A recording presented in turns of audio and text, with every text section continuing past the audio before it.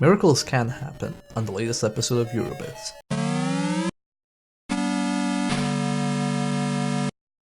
A major part of Sega's success in the 16-bit era can be attributed to an excellent and ruthless marketing campaign.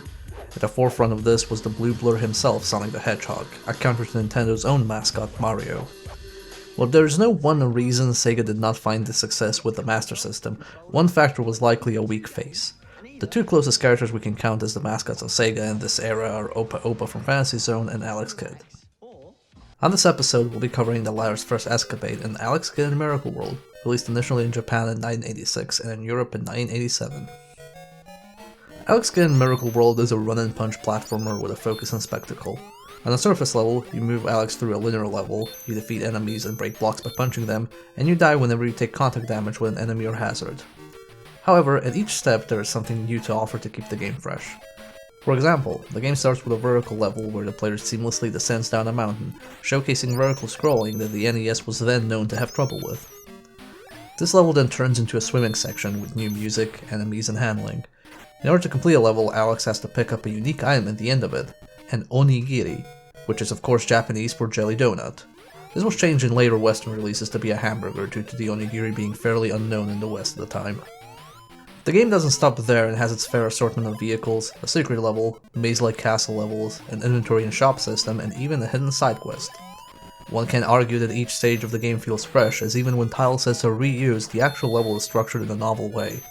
Sometimes, though, this desire for innovation backfires, particularly with the boss fights. When encountering a boss, they challenge Alex to a game of rock, paper, scissors in a best 2 out of 3 match. Lose the match, and Alex is turned into stone, losing a life. The good news is that all the boss moves are predetermined, at least until you make a mistake. After that, they are randomized and end up becoming purely luck-based. There is an item that lets Alex read the opponent's mind, but considering most bosses change their mind in the last possible second, it's like trying to predict whether a cat wants to enter or leave the room. Even Kotaro Hayashida, who was the designer on Alex Kidd, expressed regret over including this feature in the end. Despite this showstopper, it isn't insurmountable, and information for the correct way to play through these battles is readily available online. However, short of using emulation and save states, there is little to actually help you with the other parts of the game. As mentioned before, Alex dies as soon as he touches anything, even remotely dangerous, whether it's an evil bird, a frog, a fish, or even a plant. As I have played Miracle World countless times as a child and an adult, small flex, I've grown numb to its difficulty, but those unfamiliar with the game will definitely have trouble getting through it.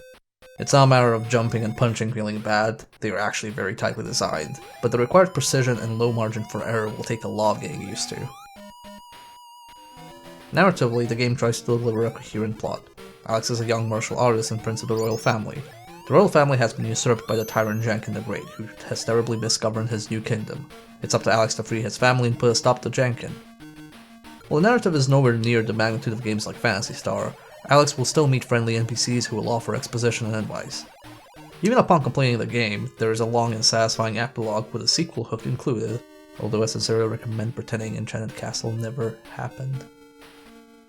The side quest mentioned earlier involves freeing Alex's brother Eagle, not to be confused with Pitpot's Eagle, finding a letter addressed to a neighboring kingdom, and then delivering said letter to get a vital, non-localized piece of a puzzle to complete the game.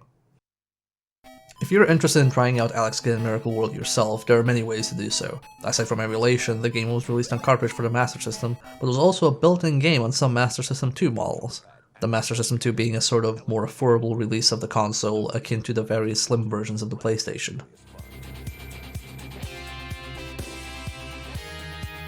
There are also Wii and PS3 ports of the game, although my personal recommendation is to check out the Sega Ages release of the game for the Switch. Aside from featuring the full original game, it has some very nice additions. There is a rewind option, extra time trial modes, and the ability to pick between all regional versions. My personal favorite feature is the titular Ages mode, which adds authentic new artwork and level transitions, but most importantly, an FM-style soundtrack.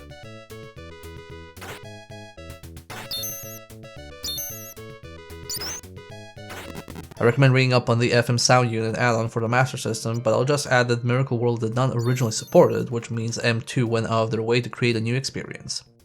Alex Kidd would go on to star in several more games for the Master System, although only Shinobi World would ever come close to reaching the quality of Miracle World. His debut would not only be one of his best showings in the franchise, but also arguably one of the best showings on the Master System.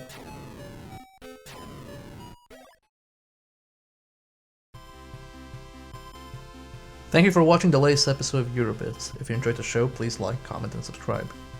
You can also follow my Twitch channel for less scripted drivel. I'd like to thank SegaRetro.org, SMSPower.org, and the Sega Master System Visual Compendium by Betmap Books for helping further inform the recording of this video. You can find links to them in the description below.